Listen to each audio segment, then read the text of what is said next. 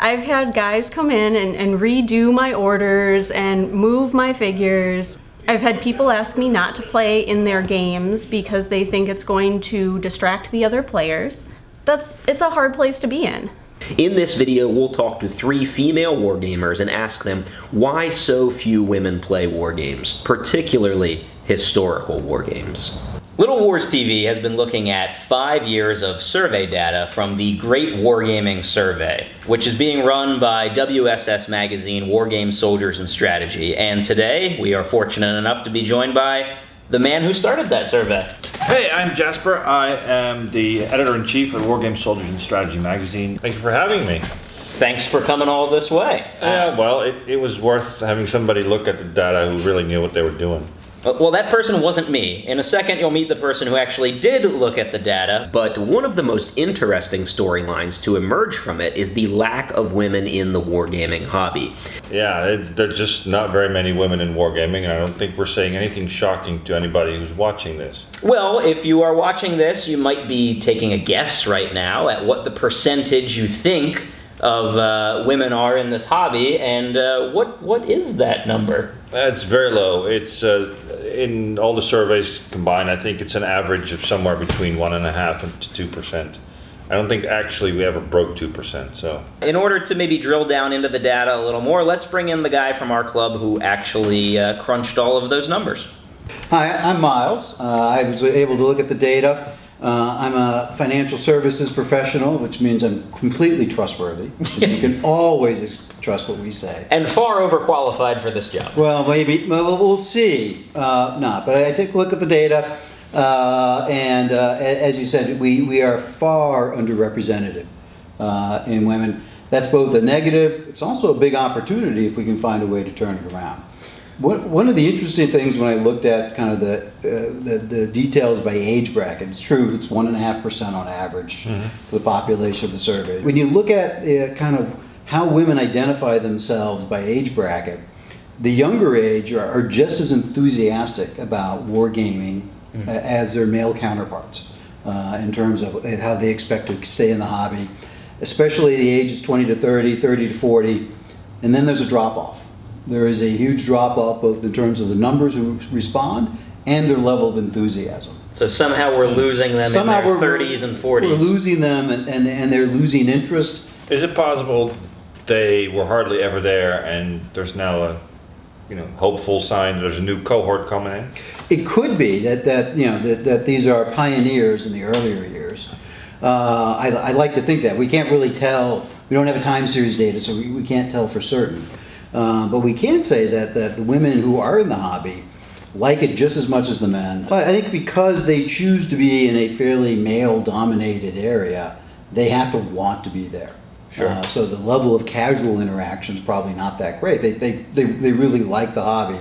They're willing to put the time in. They're willing to hang out with people like us. Well, there's only so much that a group of guys sitting around this table are going to be able to conclude on this particular subject. So I think it would be really helpful if we could bring in a female perspective, maybe talk to some women who are involved in the wargaming hobby, and see what kinds of thoughts they have about how we could make use of this opportunity to try and expand the audience. I'm Becky Enstenis, and I work for the Wargaming Company. I've been into wargaming for about 15 years. I was first introduced by my husband, which I think is how a lot of women who are in wargaming do get involved. Once women are in among other wargamers, it's hard to feel accepted.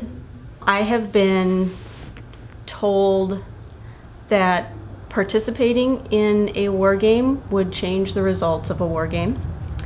I've had guys come in and redo my orders and move my figures, and working at a vendor booth, people sometimes assume that I will be unable to answer basic questions. The number of times that people are floored by the fact that I draw all of our color plates is amazing. It gets me a certain level of cred, but I shouldn't need it. Being here and being a participant, wanting to talk about these things, that should be all the credentials that I need.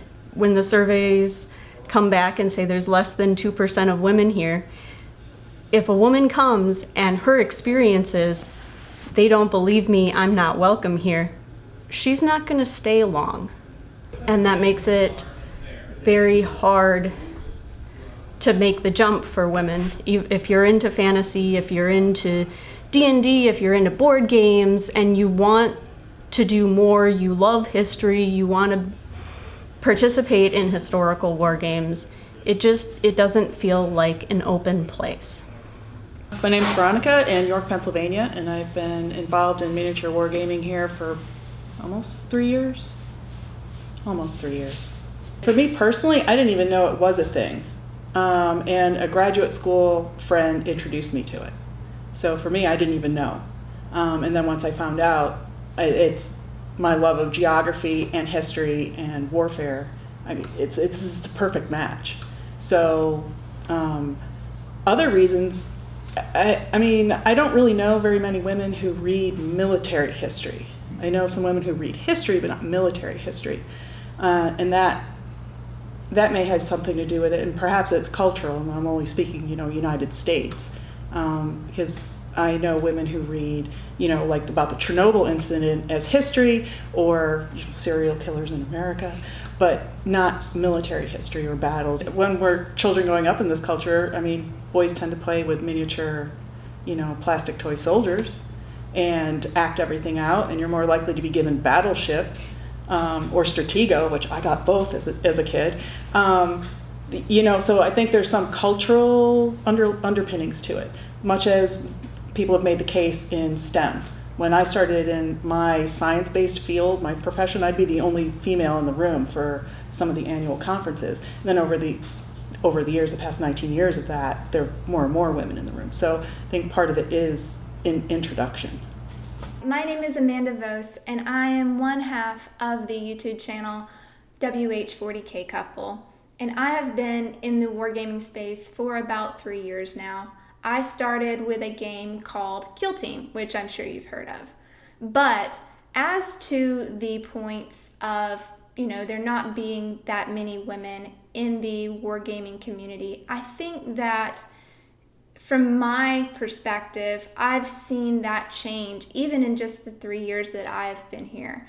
I think that we're seeing a shift in that dynamic. Every year I go to these conventions and these events and I see more females, which is great. And so as far as what females are interested in, I can't really speak for all females. I can only really speak from my perspective and those that, I know who are currently in the hobby. I would say that the reason females gravitate toward a more sci-fi, definitely fantasy aspect of wargaming instead of the historical aspect is the mainstream culture that has become so popular in probably the last 5 or 6 years, with Game of Thrones becoming such a popular show, and The Walking Dead being something that is also mainstream. I think that those things have brought wargaming to the surface as far as something that has piqued interest. But with a sci-fi or a fantasy game, you kind of get to build your own narrative and tell your own story. With a historical game, that's just it. It's historical. It's a story that's already been told. It may not have the same ending. It may not, be the same every time you play it, but it's a chapter that's already been written. And I think that for me personally as a gamer, I like the storytelling, I like the thematics, I like the idea of, building this narrative that in my mind makes a lot of sense and I can relate to. Thank you so much to Becky, Veronica, and Amanda for helping us to make sense of why there aren't more women like them in the wargaming hobby. Next week on Little Wars TV, we'll bring back all 3 of them, and we will ask them for solutions and for ideas for how to grow the wargaming audience among women.